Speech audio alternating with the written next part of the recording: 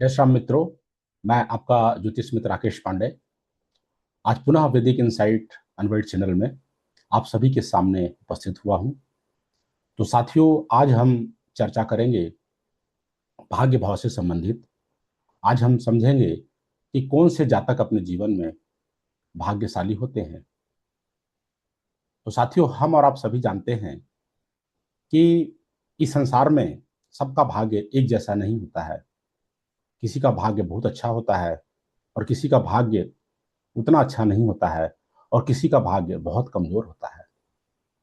तो पत्रिका में ऐसी क्या स्थितियां हैं, ग्रहों का क्या प्रभाव है, जिसे हम यह समझ सकते हैं कि जातक बहुत अच्छा भाग्यशाली है या उसका भाग्य मध्यम है या उसका भाग्य थोड़ा कम है या उसका भाग्य बहुत कमजोर है।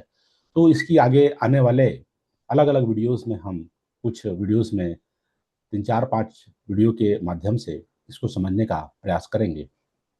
साथियों, हम यह भी जानते हैं कि एक ही माता पिता के यहाँ जन्मे बच्चे, उन सबका भी भाग्य एक जैसा नहीं होता है।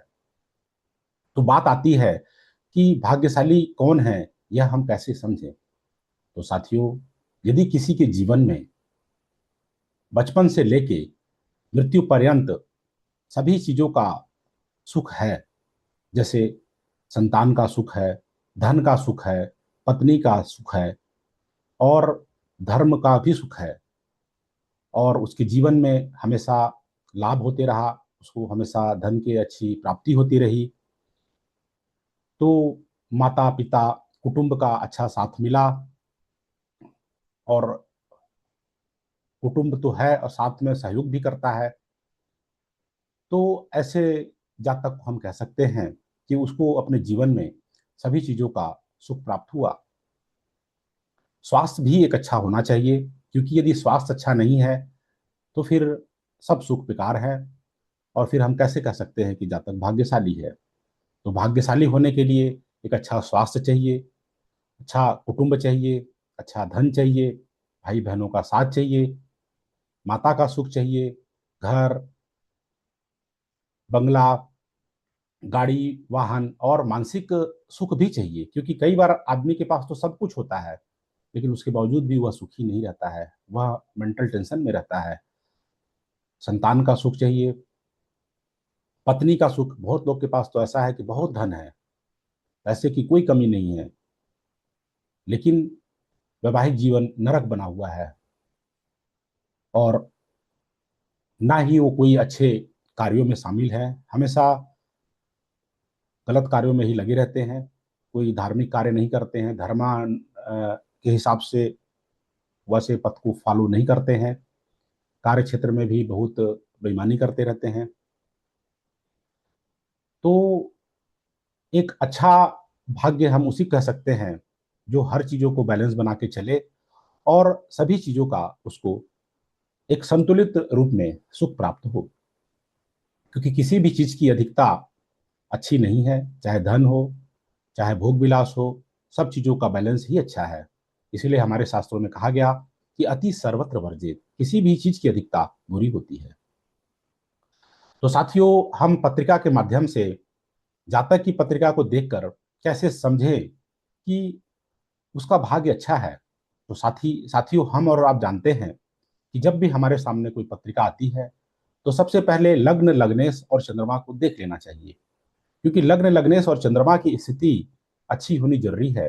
जब जातक शारीरिक रूप से स्वस्थ है, मानसिक रूप से स्वस्थ है, लग्न पर अशुभ ग्रहों का प्रभाव नहीं है, चंद्रमा पर अशुभ ग्रहों का प्रभाव नहीं है, लग्न और लग्नेश और चंद्रमा अच्छी स्थिति में बैठे हैं, तभी जातक शारीरिक और मानसिक रूप से सभी सुखों को भोगने में सक्षम हो पाता है। तो साथियों, लग्न और चंद्रमा की स्थिति को देखने के बाद नवम भाव, जो कि हमारे भाग्य का भाव है, उसको देखना चाहिए। और नवम भाव में यदि शुभ ग्रह बैठे हैं, तो ऐसे शुभ ग्रह जो छठे, आठवें, 12वें भाव के स्वामी ना हो, ऐसे शुभ ग्रहों का बैठना जरूरी है। और यदि शुभ ग्रह नहीं बैठे हैं तो भावेश भाव में बैठा हो, आपकी कोई भी लग्न हो, यदि उस भाव का स्वामी वहीं पर बैठा हो, तब भी भाव को बलवान करता है। तो भावेश भाव में बैठा हो या भाव में सुग्रह बैठा हो या भाव को सुग्रह देख रहा हो, या भावेश अपने भाव को देख रहा हो। तो यहाँ पर भी जो सुग्रह देख रहा है, वो नैसर्गिक सुग्रह तो होना चाहिए, लेकिन फिर भी यदि छठे, आठवें, 12वें भाव का स्वामी ना हो, अच्छे भाव का स्वामी हो, मूल त्रिकोण राशि उसकी त्रिकोण भाव में हो, तो ऐसा शुभ यदि देखे तो फिर भाव को बल प्रदान करता है। और भाव शुभ कर्तरी में हो, भाव के दोनों तरफ शुभग्रह बैठे हों, तो निश्चित तौर पे हम कह सकते हैं कि भाव बलवान है। तो जब भाव बलवान है, और सर्वाष्टक में भी भाव बल को देखना चाहिए कि वहां पर कितने बिंदु मिले हैं। तो यदि नवम भाव बलवान है, तो ये है कि हम 33% तो यह समझ गए कि हमारा भाव अच्छा है, भाग्य का साथ मिलेगा। लेकिन यहीं पर यह बात समाप्त नहीं होती, आगे हमको भाग्येश को देखना जरूरी है, क्योंकि भाग्येश की स्थिति से भी हमारे भाव को, भाग्य भाव को बल मिलता है। और यदि भाग्येश केंद्र त्रिकोण में बैठा है, आपकी पत्रिका जो भी हो, आपके नवम भाव का स्वामी जो होगा वही आपका भाग्येश होगा। मान लेते हैं आपकी वृषभ लग्न की पत्रिका है, तो आपके भाग्य भाव का स्वामी शनि होगा। तो जो भाग्येश शनि हुआ, उसको अच्छे स्थिति में बैठना चाहिए, केंद्र में बैठे, त्रिकोण में बैठे। और चूंकि यहाँ पे शनि एक अशुभ ग्रह है, तो तीसरे, छठे, 11वें में भी शनि को खराब नहीं कहा गया है। लेकिन यदि भाग्येश के रूप में कहें तो भाग्येश का छठे जाना संघर्ष हो जाएगा। लेकिन तीसरे भाव में जब भाग्येश जाएगा, तो सप्तम दृष्टि से अपने भाग्य भाव को देखेगा, तो फिर वहां पर अच्छा कहेंगे। तो भाग्येश को अच्छे भाव में बैठना चाहिए, भाग्येश पर शुभ ग्रहों का प्रभाव होना चाहिए। शुभ ग्रह वही नैसर्गिक शुभ ग्रह जो अच्छे भावों के स्वामी भी हों, और अशुभ ग्रहों का प्रभाव भाग्येश पर नहीं होना चाहिए, ना ही उनका साथ होना चाहिए। ऐसे अशुभ ग्रह जो नैसर्गिक भी अशुभ है और आपके लग्न के अनुसार भी अशुभ है, तो वो बहुत अशुभ हो जाते हैं, और ऐसे अशुभ ग्रहों का प्रभाव भाग्येश पर ना हो। फिर जो है गुरु है, गुरु को कारक कहा गया है भाग्य भाव का। चाहे किसी की भी लग्न हो, कोई भी लग्न की पत्रिका हो, सभी के लिए गुरु भाग्य भाव के कारक कहे गए हैं। इसलिए गुरु का पत्रिका में बलवान होना बहुत आवश्यक है। यदि गुरु अच्छे भावों में बैठे हैं, केंद्र त्रिकोण लाभ भाव में बैठे हैं, अष्टम द्वादश में नहीं बैठे हैं, तो अच्छा है। और गुरु की स्थिति जो जरूरी है अच्छे भाव में बैठना। तो साथियों, भाग्येश की स्थिति के बाद हमें कारक की जो स्थिति पर हम चर्चा कर रहे थे, तो कारक बलवान होना ही चाहिए, क्योंकि कारक का बहुत महत्व होता है। क्योंकि पत्रिका को हम चंद्र लग्न से भी देखते हैं, लग्न से भी देखते हैं, सूर्य लग्न से भी देखते हैं। तो भाव और भावेश बदलते रहते हैं, लेकिन कारक हमेशा स्थिर होता है। इसलिए जो गुरु कारक माने गए हैं भाग्य भाव के, उनका पत्रिका में बलवान होना बहुत जरूरी है। तो बलवान कैसे होंगे?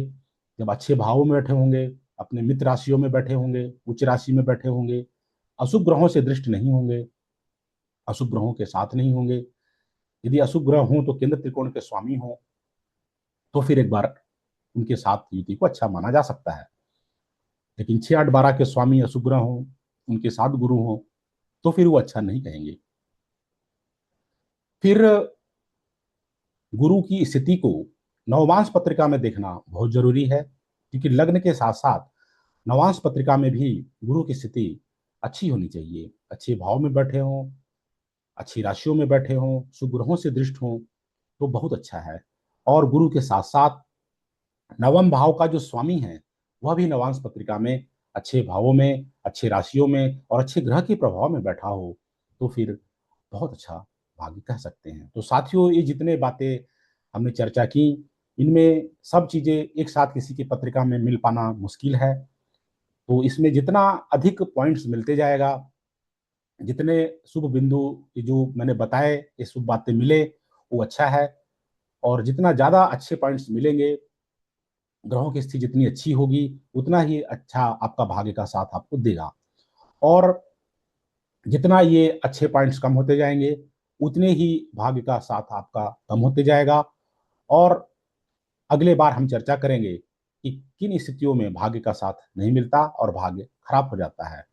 तो साथियों, मैं एक जातक पारिजात के एक बहुत अच्छे श्लोक की आप लोग को साझा करना चाहूंगा, जो अच्छे भाग्य के बारे में बताता है कि जातक कब अच्छा भाग्यशाली होता है। तो साथियों, हमने जो अभी चर्चा किया, हमने बहुत सारे पॉइंट्स को चर्चा किया, तो इनमें से ही कुछ पॉइंट्स को श्लोक के माध्यम से बताया गया।